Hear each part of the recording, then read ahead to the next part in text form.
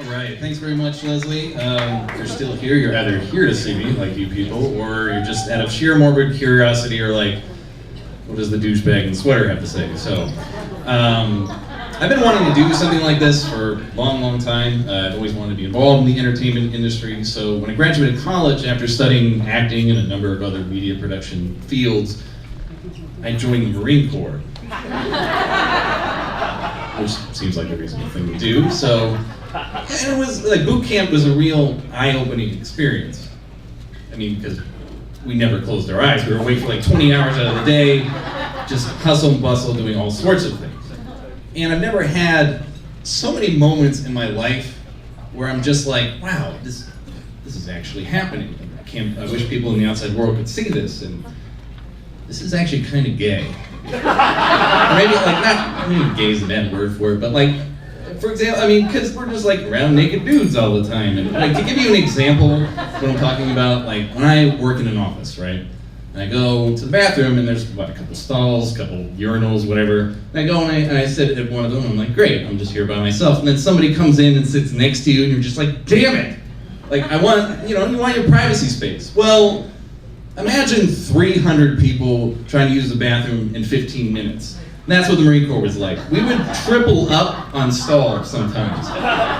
So you want to like talk about awkward or invasion of privacy?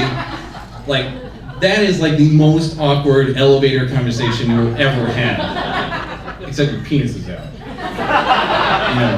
And you're just like, do I say something? Should I talk? Is this normal? And did I just brush his penis with my penis? And it's just like, like, I can't tell my grandkids about that later when I'm older. What'd you do at boot camp, Grandpa? I brushed dicks with a few good men. Like, that's horrible. Like, it's a horrible, horrible experience. But, I mean, there was pretty much no way, speaking of dicks, your drill instructor was pretty much going to verbally bludgeon you no matter what you did. If you were good or if you were bad, you were going to forget something and they'd jump on you about it.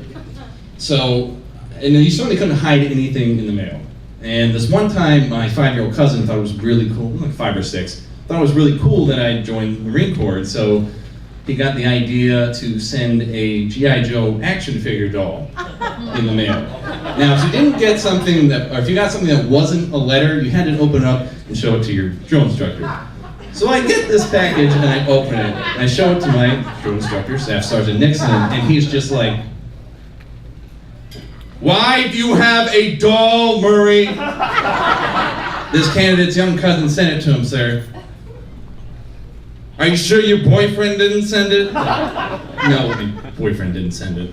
Second of all, I didn't have a boyfriend, had commitment issues, and usually just get it and quit it, so. So Staff Sergeant Nixon thinks I should, since I like playing with dolls, that I should just stick this motherfucker in my pocket, like these open up pockets that are Velcro, and the arms are sticking out, that snarled face, and I would have to report to each instructor, and they would come up with different names. And he had like names like Candidate Dipshit, what's another one? White Lightning, Gamer Pile. When he was, I'm totally serious when I say this, they have a course on homosexuality at the Marine Corps like boot camp, like as if men in their 20s have to be instructed on how to recognize homosexual behavior. Like this is something I couldn't even possibly conceive. Robinson, we have PT at 0800. That's fabulous.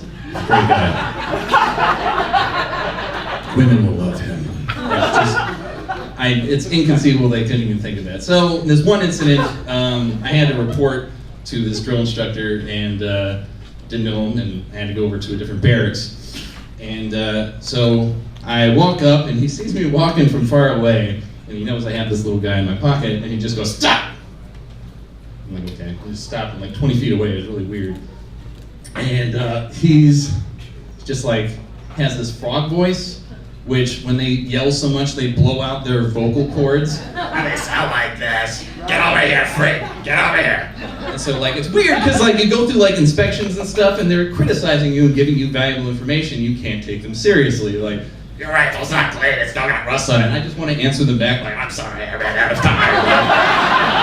Like, sorry, you just sound fucking hilarious and I just want to say it back to you. So he's like, "Get over here, freak, Murray, whatever your name is, get over here." Good morning, Staff Sergeant. Candidates Murray and GI Jackass reporting to Sergeant Instruct stop. I'm like, fuck, he stopped me again. And he gets like real close and he looks at the action figure, looks at me. Does he like oatmeal cookies? Now, you weren't allowed to answer I don't know because they were teaching us to be decisive. You say yes or no. So it becomes this like choose your own adventure, except like you die no matter what you do. So I was like, I want to be positive. Yes, Staff Sergeant. I fucking hate oatmeal cookies. They're disgusting. I, Staff Sergeant. You're retarded and I just want you to know that.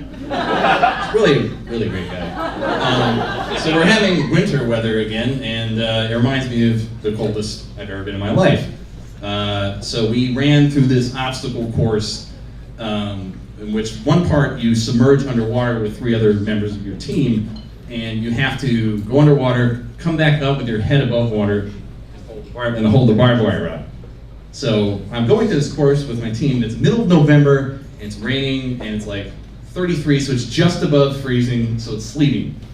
So I go underwater, I'm first person to go. And of course, like, what do you do when it's like ice cold water, and you've like, you're not used to it, and you're wearing like full suit, you're like, fuck, it's cold! Like, and I had this horrified look on my face when I'm like trying to hold it up, and there's like a sergeant right there, and he's just like, oh yeah, I guess they better call a timeout, right? Yeah, call off the war, it's mud, and it's cold. And in that moment, I was like, call a timeout?